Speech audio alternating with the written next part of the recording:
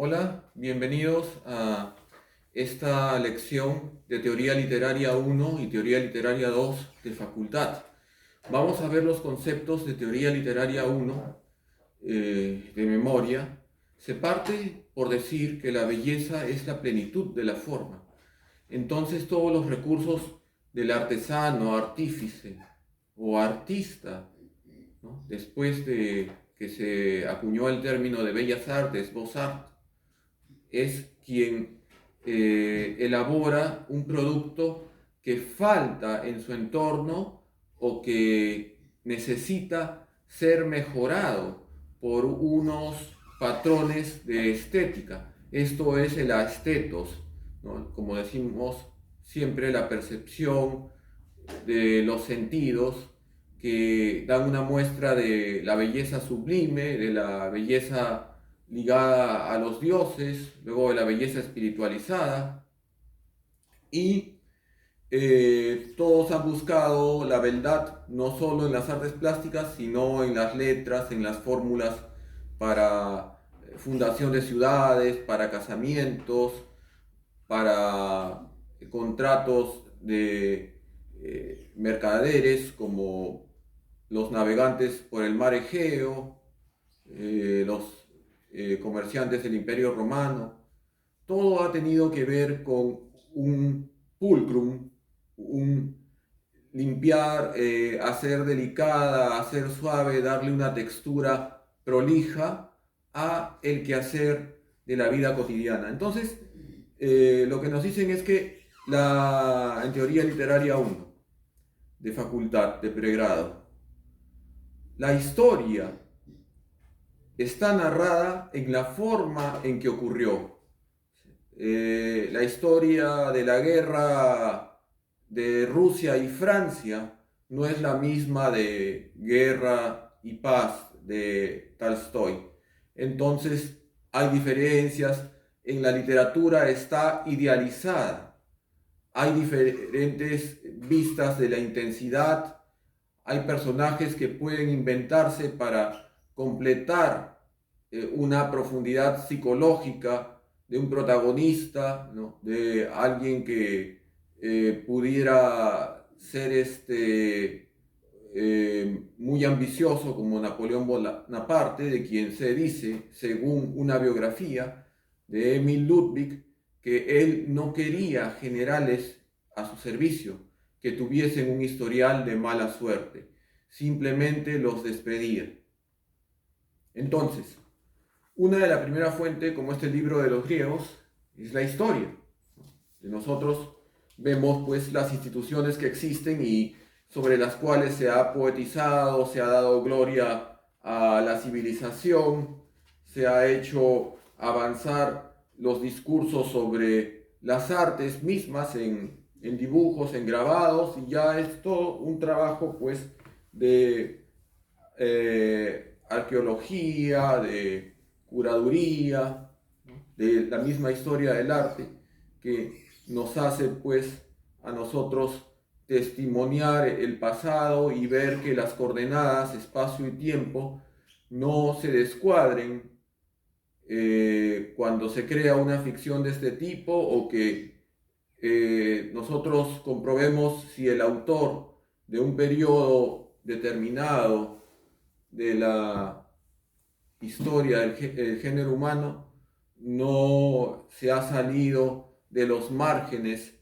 establecidos para estas lecturas, que pueden ser también innovaciones, pueden ser originales, ¿no? Pero hay algo que tiene que ser la verosimilitud, y de eso se trata. Después, otro teórico apelado mucho en teoría literaria 1 es Gaston Bachelard, y él recurre a los elementos como quien hiciera una revisión del I Ching. Entonces ve que predomina el agua, el fuego, el viento, la tierra en ciertas narraciones. Ahora, ¿en qué forma esta categorización de los elementos que están partiendo a un ser en su constitución atómica, según estos teóricos, ¿no? Que no lo están diciendo de forma científica, sino figurada, se puede aplicar. Por ejemplo, en la novela Como agua para chocolate, nosotros vemos que al final Tita y Pedro, al consumar su amor, tienen la combustión espontánea y se incineran con el fuego. Entonces es un elemento de un amor muy fuerte, muy vehemente, que pasa por peripecias, no puede esperar más y a la hora en que tienen la oportunidad no la desperdician y se entregan plenamente, ¿no? Eso es lo que quiere decir esta visión del fuego. ¿Dónde habría predominancia de la tierra? En alguna narración, en algún poema donde los bienes materiales aten al espíritu del hombre a la acumulación, la observación, la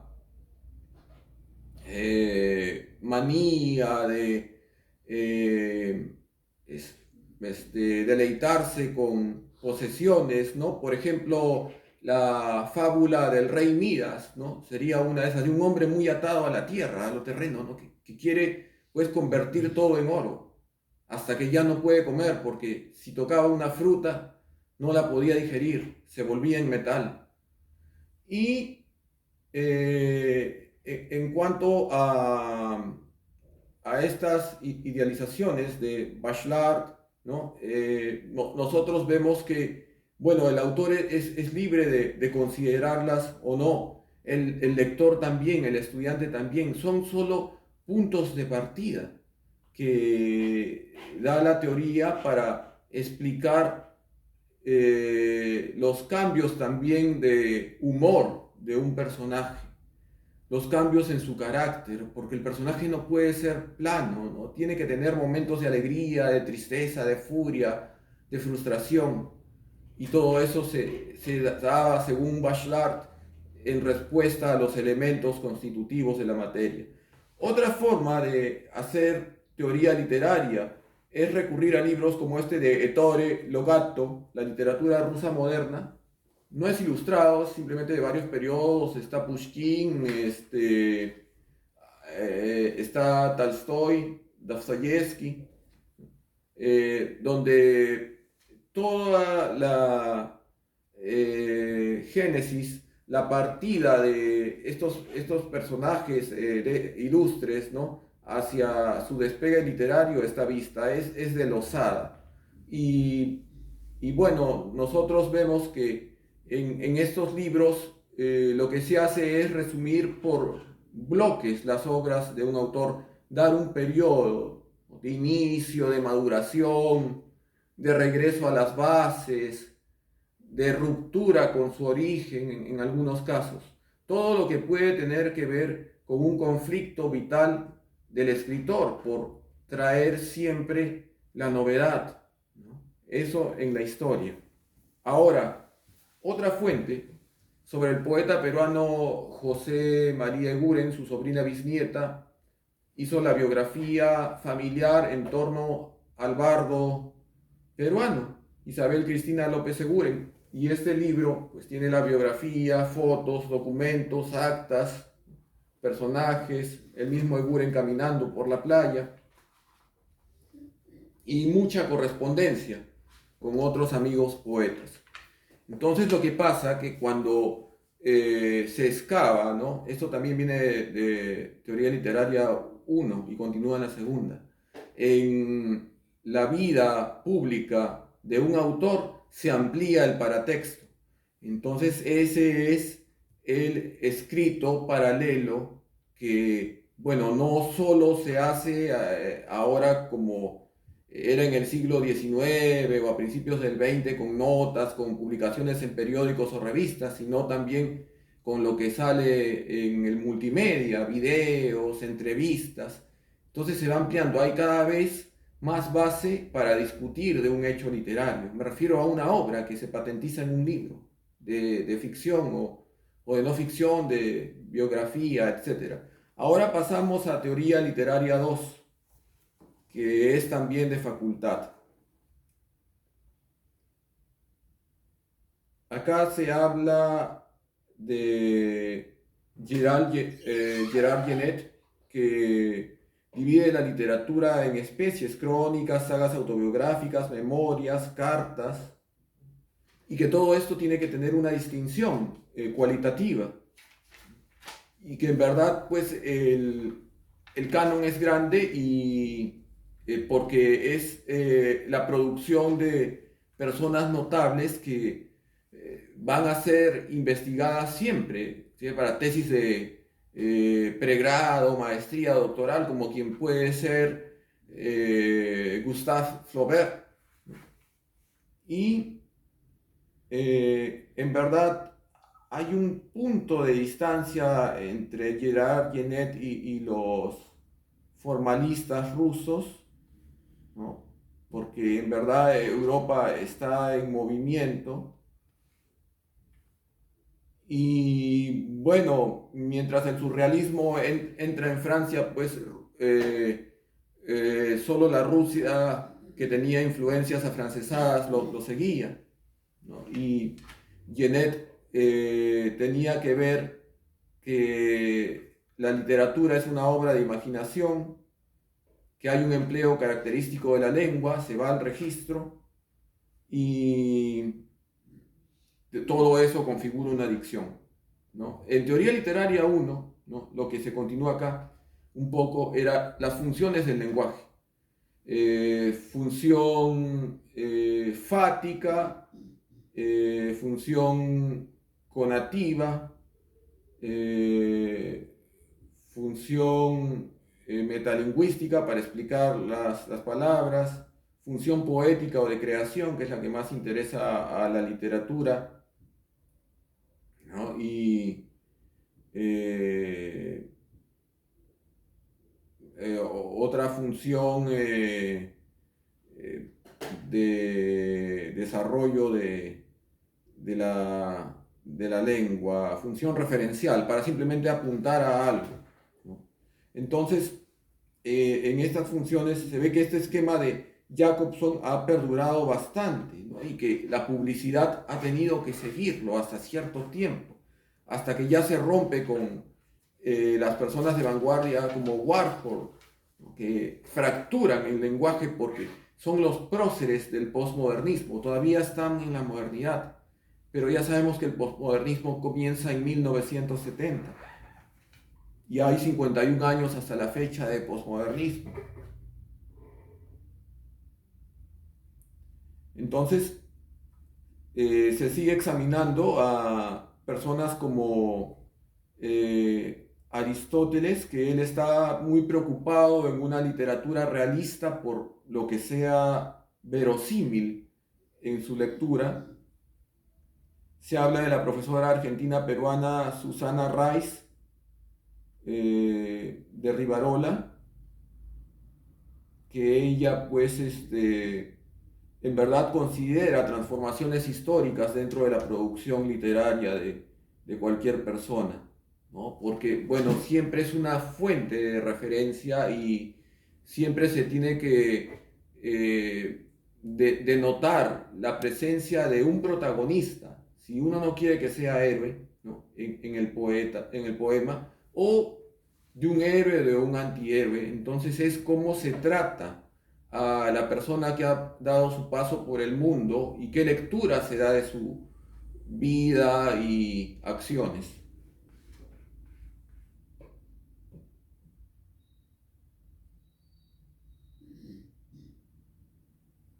Ahora, en la literatura se la considera también una forma en que el lector se relaciona con lo escrito. Y esto es arte, de los dos lados, un arte de escribir, un arte de leer, un arte de llevar las dos cosas. Y hay una frase muy buena de Rubén Darío que menciona que el arte es una armonía de los caprichos, todos los antojos humanos. Y en eso está la originalidad, el romper con las reglas. Se habla de otro teórico, Terry Eagleton, que parece que hasta la fecha está vivo. Él habla de formas prestigiosas de escribir. Es como un poema de Emily Dickinson, Only the Fair, ¿no? Una casa para los más notables. Un poema que era de élite, pero era bello y tenía que ver con el imaginismo literario, antes que el modernismo se declare como un movimiento que quería ser la culminación de la modernidad, que sabemos que empieza en el siglo XVI y no más o menos a fines del XVIII, o principios del XIX, cuando entra con toda fuerza. Bueno, tanto Eagleton como Jonathan Culler se refieren a un contexto donde se sitúa el texto literario, y Genet lo confirma. Tienen que constituirse pues en un material de letras, de prosa o poesía, y que la ficcionalidad para este Genet es una función estética, igual, una función de los sentimientos, ¿no? Que puede derivar en lo sublime, ¿no? Si es la catarsis muy poderosa, hacer ver que el hombre no puede deglutir toda la tragedia o toda la alegría de un personaje en un desenlace, o quizás antes del desenlace en la parte de la anagnórisis o la entrega de la verdad, ¿no? Se vuelve a hablar de Aristóteles, que él quiere la mímesis, quiere captar la naturaleza, ¿no? Porque él tenía otro libro, La Physis, ¿no? Que es de la natura. Entonces tenía que hermanar todas las ciencias, ¿no? Lo que ha pasado es que en la Edad Antigua y principios de la Edad Media se enseñaba el trivium, que eran las ciencias, y las letras, que eran el quadrivium. Entonces, pues la gente calculaba y tenía instituciones oratorias que venían desde el romano Horacio para poder escribir y seguir redactando. Entonces se pasa también a ver la versión de discursividad, que es un texto dentro de otro texto, que toma la forma de cualquier otro enunciado, y ahí vienen los palincestos, los conjuntos de estructuras narrativas que son mensajes que están modelados o remodelados, o que simplemente se toma la forma de uno más antiguo y se explaya en otros más modernos. Se tiene que pensar que estamos en un sistema literario donde la cultura y la época son referentes, y que no se puede escapar de un modelo del mundo y que a ese modelo se le sigue o se le contesta. Eso en la teoría literaria. Y se considera que las posiciones estéticas tienen que impactar, ¿no? Porque van haciendo historia en el pensamiento. Entonces también se toca lo intangible, ¿no? Que tiene que ver con reacciones ya que pueden tomar organización de grupos de poder, marchas, hasta se pueden volver en política, ¿no? Por el desarrollo y la difusión de las ideas.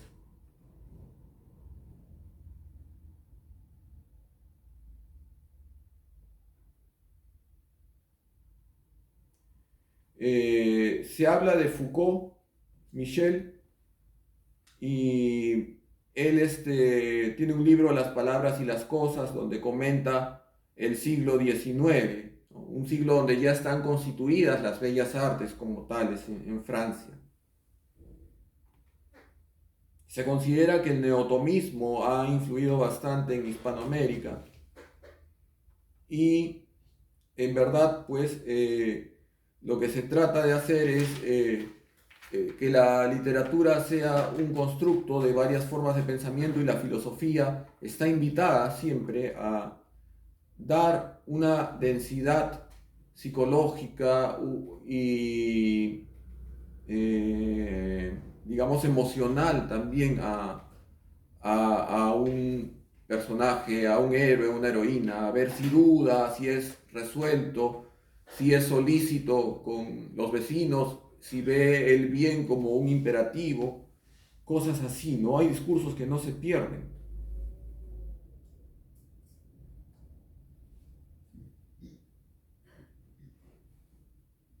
Derrida cree que el lenguaje se opaca y desarrolla la gramatología y piensa en todas las palabras como un sistema de signos, ¿no? En verdad son signos, pero las palabras a veces no solo una crea una imagen, sino un conjunto de ellas. Y cuando están las imágenes desfilando por todo el pensamiento que tiene el autor ante nosotros en su libro, necesitamos que éstas se relacionen entre sí, unas dos, tres o cinco, y formen una figura. Es como decir que varios aviones están planeando y escriben con humo una palabra, escriben con humo unas letras o dibujan algo, ¿no? Pétalos de una flor, por ejemplo, ¿no? Una estrella, parte de una bandera. De eso se trata. Jonathan Kuehler habla de la perspectiva histórica y cree que la literatura pues desarrolla a un autotelismo que es un fin en sí misma y que ya se supera una época romántica donde a veces equivocadamente se creía en una evasión, pero era simplemente una época más pasional, más fuerte, donde en verdad se pensaba en cómo darle más libertad al hombre, ¿no? Ahora se ve que la literatura con el tiempo no solo conforma la vida de un profesional liberal, sino también el ocio de una gran parte de la humanidad. Se habla del metatexto como los textos de teoría literaria. Estos también enriquecen el paratexto porque son comentarios, son estudios. Y cada obra que tenga desde una separata de comentario de uno solo de sus personajes hasta una tesis de una situación que se puede vivir y trasladar al estudio, ya es parte de una fuente de lecturas que se va armando y va realizando lo que es la explicación, la clase y la currícula en esta carrera del arte de la escritura. Ahora la literatura siempre tiene que ver con la imaginación, esto es las imágenes, pero a veces no se puede hacer un poema o un cuento con una imagen inmóvil, ¿no? Entonces necesita un dinamismo. Por eso es que arman figuras. Insisto en ese concepto. Y esto tiene que ver con la estética, porque en la forma en que se desarrollen las figuras, en que hablen, en que porten un discurso y que tengan una representación visual, plástica para nosotros, es que estamos nosotros decodificando y el autor está llegando a entregarnos pues el propósito que tenía y estamos completando el sentido, como decía Barthes, ¿no? Que no solo está en el autor, sino en el receptor, emisor y receptor, también una de las funciones del lenguaje. Por eso se partía de ese punto.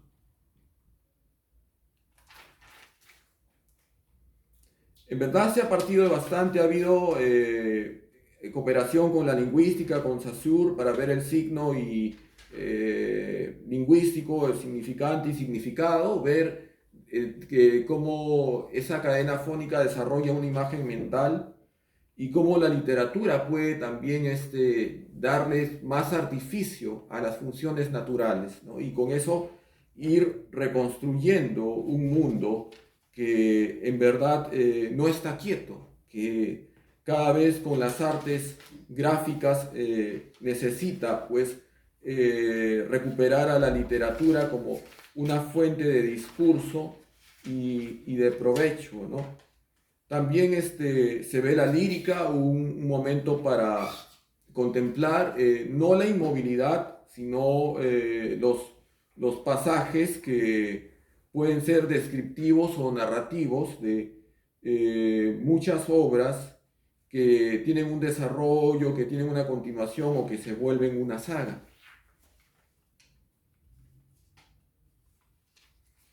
En verdad se ha superado el neoplatonismo de pensar que las ideas están inmóviles, ¿no? Porque sabemos que las figuras tienen que movilizar todo lo que es la cuestión de la lírica, ¿no? Siempre hay retórica, siempre hay estudios culturales que son anexos que pueden intervenir en dividir los campos de discursos hegemónicos y discursos emergentes.